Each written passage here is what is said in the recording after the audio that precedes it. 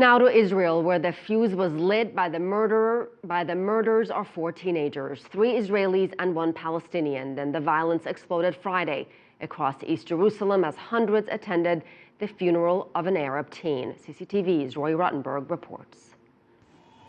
News of the death of 16-year-old Mohammed Abu Qdir prompted outrage among Palestinians. Outrage that spilled into the streets of East Jerusalem for the 3rd day in a row. The confrontations have been getting more intense. Israeli police were expecting trouble and had increased security in the tense areas. The Shuafat neighborhood, where the teen was buried, was blocked off from nearly every entrance. The funeral procession has quickly turned into a confrontation with Israeli police.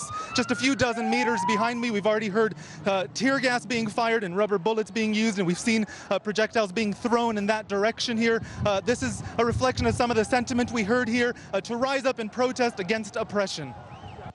There were also clashes closer to Jerusalem's Old City following Friday prayers. Israeli police blocked men under the age of 50 from entering the holy sites.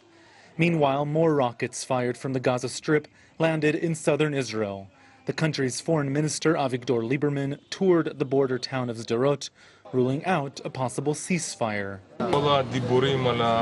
All talks of a ceasefire and messages we are sending, a supposedly calming message. That quiet will be answered with quiet. This approach is a grave mistake.